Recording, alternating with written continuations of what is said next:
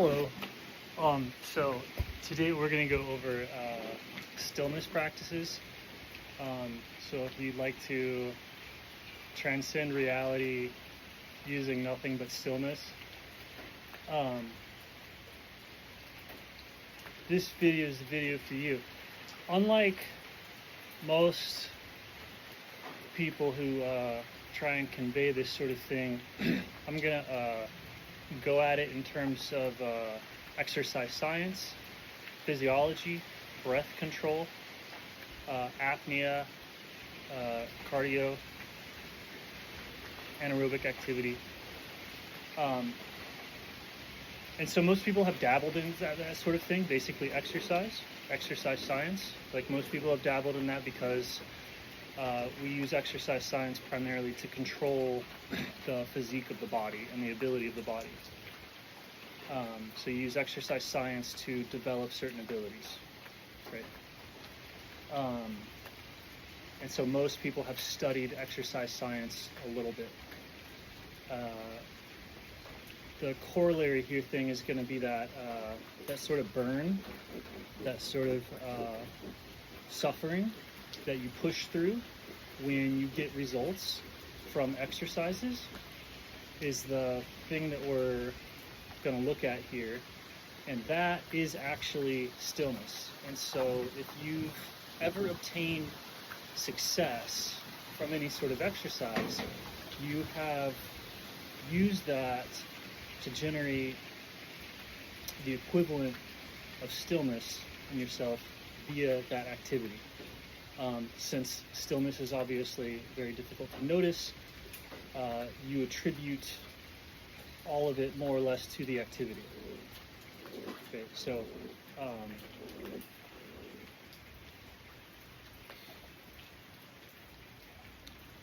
like if you're still, like if you're really still, if you sit down and go, I want to be more still, well, the only way to get more still is to breathe less, right? That's the only activity that you have control of. Once you're just sitting there, the only thing that you can really stop is this muscular activity. That activity is still going. So in the stillness practice, you sit down, ceasing all activity, and then the breath is there, so you start to try and quiet the breath down. There's a lot of different techniques out there to do this. Popular one that I like is the Wim Hof technique, hyperventilation, with like 30 big deep breaths. Almost anybody can stop their breath for quite a long time, right?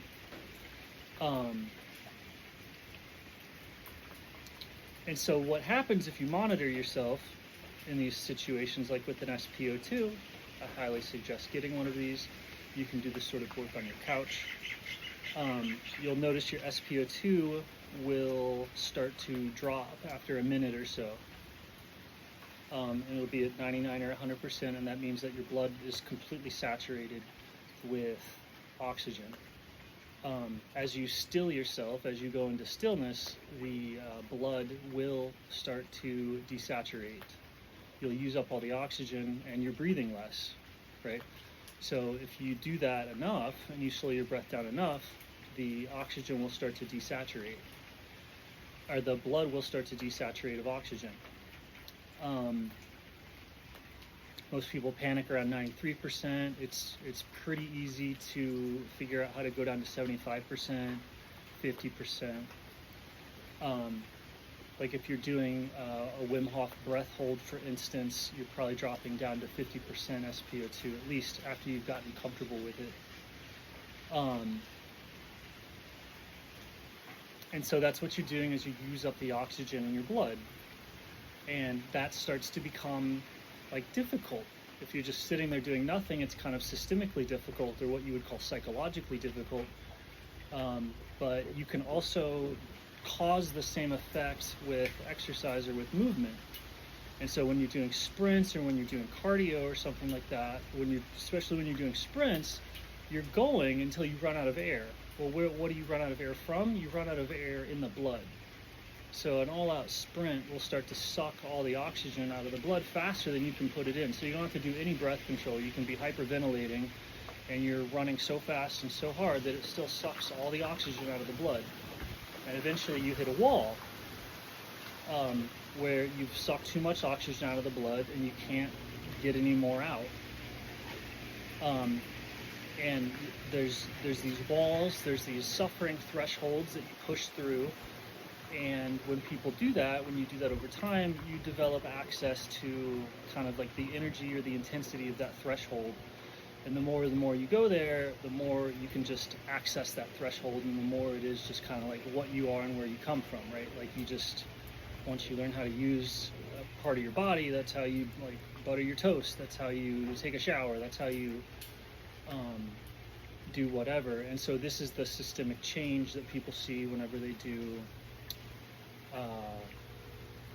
successful exercise, like successful exercise of this type, this cardiovascular type, this like changing your energy levels of like, oh yeah, I'm in shape, like boom, I'm in shape, I'm tough, I can tolerate, like I'm there, I'm present. That comes about from this like testing of the blood, we'll call it.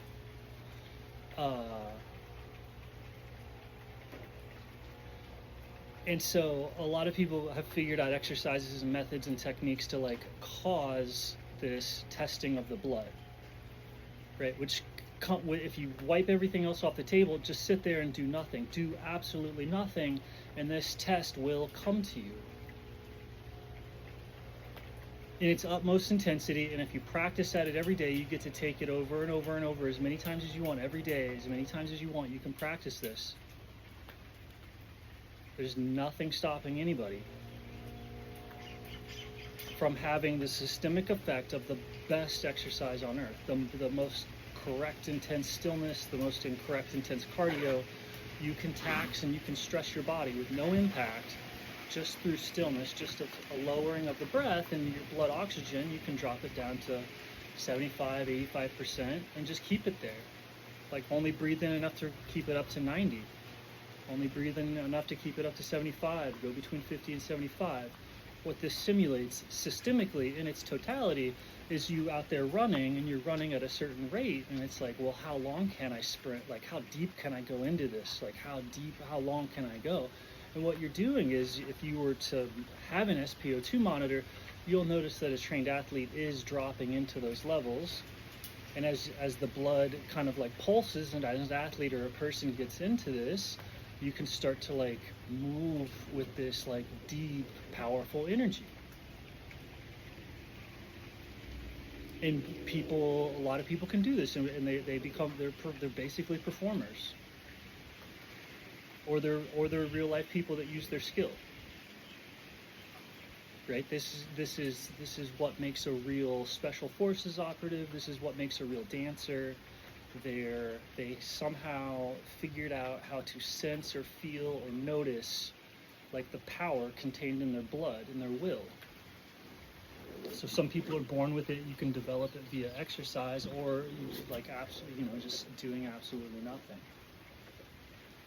But when you do absolutely nothing, you will notice that it is stressing this oxygen system.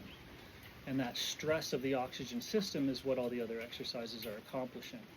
And you can kind of push at it with both directions, right? Like if you know what you're trying to do with the exercise, you can do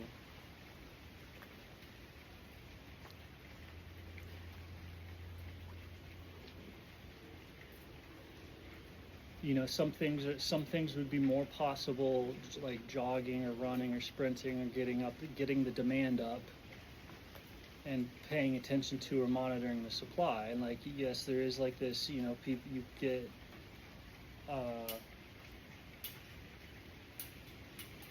obsessed with just depth or tolerance of depth in this field, right? That's a certain type of focus. And then there's just staying in that field of like swimming it in and being comfortable and supported by it to whatever level of intensity. Right, and being in that field is like intense. There's places with no waves, there's places with little waves, there's places with big waves. Right.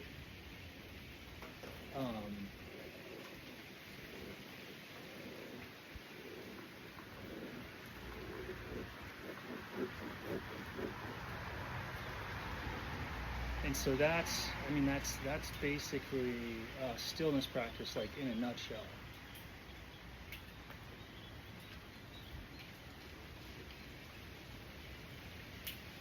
I guess in this metaphor, I'm the nut shell,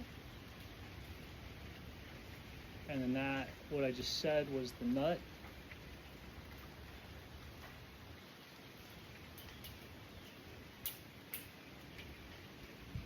But I mean, once you feel it, like stillness is bouncing around. And it works in isolation, right? Like if you have a weight. This lets me turn all of my focus into sucking all of the energy out of the blood in my arm, in that localized area. And in that localized area, the effect is the same as stillness.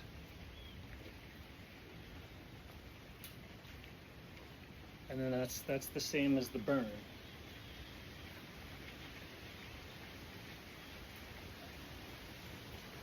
Right, the burn, the discomfort, that's the tissue is like starving of oxygen, starving of other stuff. It's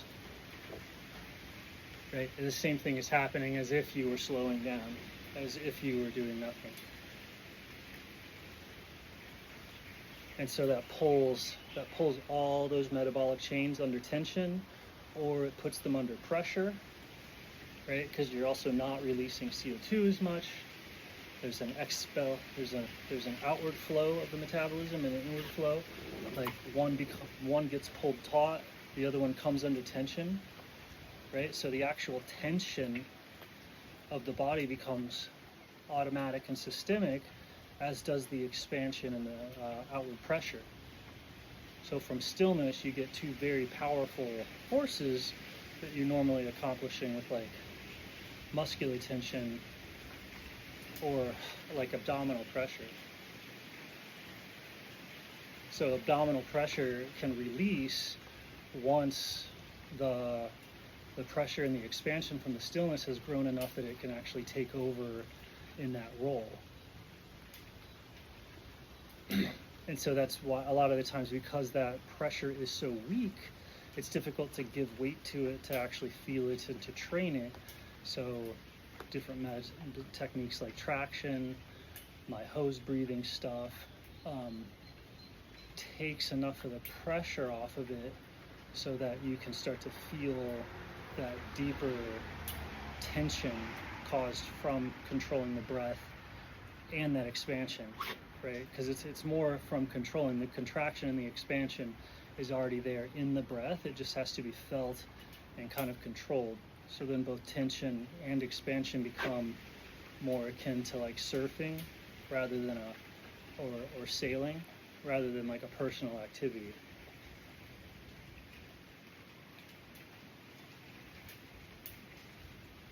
So since the breath doesn't have to maintain any sort of pressure, then the breath becomes free. And the muscles also don't have to maintain any tension, so then the muscles become free. And then that's kind of what's going on when you're in shape, or when somebody is in very good shape or has very good movement skill or movement capability. It's because they're existing at that deeper level of stillness, and that's providing the tension and the expansion that most of us would have to like be doing.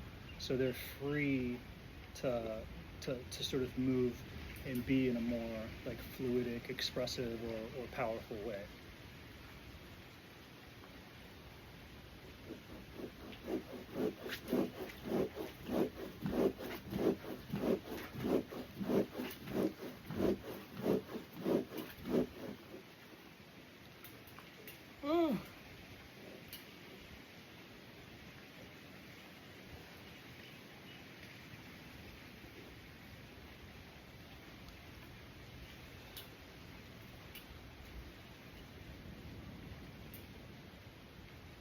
And so if you understand what's going on at the blood level, like that's what's going on.